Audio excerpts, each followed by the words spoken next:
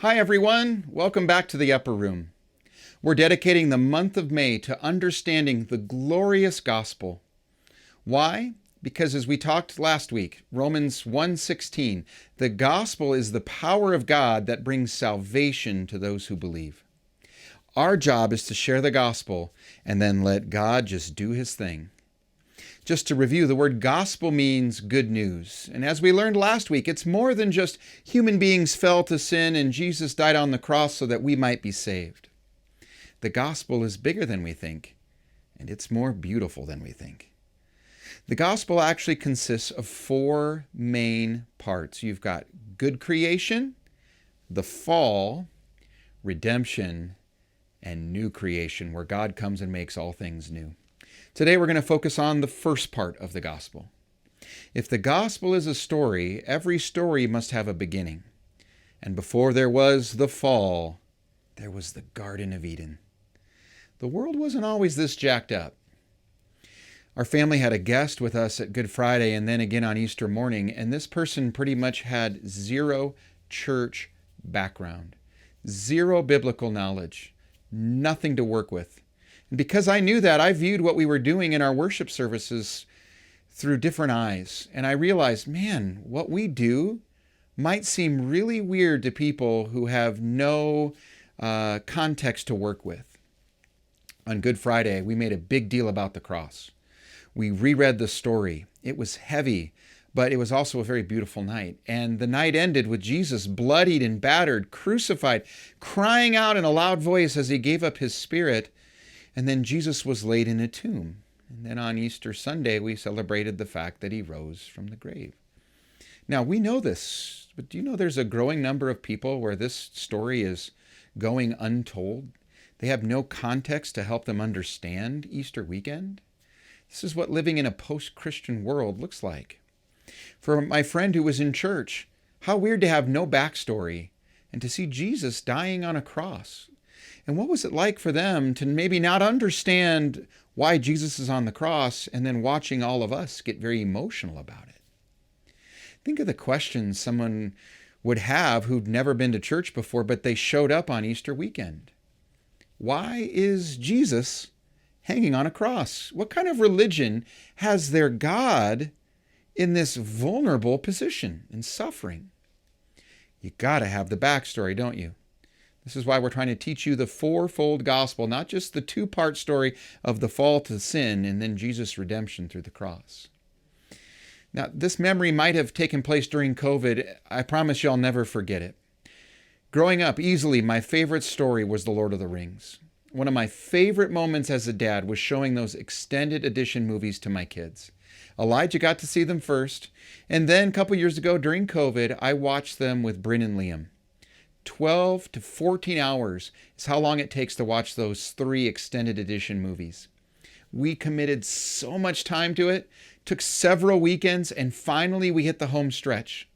With a dozen hours of watching behind us, we entered the last mile of this epic story marathon. And it was at that moment my daughter Lucy wandered in. She squeezed in between all of us and she started watching. As the movie reached its climax, Frodo's about to throw the ring into Mount Doom. He's just starting to hesitate, and Lucy just blurts out, "What's up with this ring?" I had to pause the movie. I can't imagine having no knowledge of The Lord of the Rings and then walking in to watch the last hour of the trilogy. What's up with the ring? Why is he trying to destroy the ring? What's up with the ring? What's all the hubbub about? Kind of reminds me of the question, why is Jesus hanging on a cross and why is everyone getting all emotional about it? How did we get here? How did it come to this? Good questions. And boy, am I glad you asked. In the beginning, God created the heavens and the earth, and it was good. In the beginning, there was no sin, no pain, no death. God made everything. Do you see how important this is for our worldview? This is foundational. The pinnacle of his creation was you and me. God put so much care and intentionality into his creation. But when he got to us, he made us special. We were made in his image. we were made just like him. We were made special in the image of God. Male and female he made us. Now, that statement 5 years ago would have been vanilla. But now that's a hot button issue in our culture, isn't it? Thank goodness our worldview includes this first part of the gospel. My favorite piece of this part of the gospel is the reason why. Why on earth are we here? What's our purpose? We were created for the purpose of relationships. First and foremost, a relationship with God the Father, and then the second blessing was to have relationships with each other. This is your purpose. This is why you exist. This is the meaning of your life. The God who created everything wanted to be in a relationship with you. That's why you're here. My goodness, part 1 of the gospel is so good. Included in this part is the gift of marriage. God saw that it wasn't good for man to be alone, so he created a suitable helpmate. The nuclear family became the foundation of community, as God commanded Adam and Eve to be fruitful and multiply. We got off to such a great start. Things will change by the time we get to next week. But as we wrap up the first part of the fourfold gospel, I have a fun challenge for you this week. You're going to like it. Make a list of all the things in life where you can still get a little glimpse of Eden's former glory. I'll get you started. I can still see Eden's former glory in sunsets. The pleasure that you can get from food. I find it in the giggle of a newborn baby. Trees budding, hummingbirds hovering to drink from flowers, butterflies skeeting around your backyard, waterfalls, and the smile of a good friend. Everywhere we look, we can see the fingerprints of God. The more we see God's fingerprints in the natural world, the more confidence we can have in our faith. Those little glimpses of Eden are like love letters from God to us.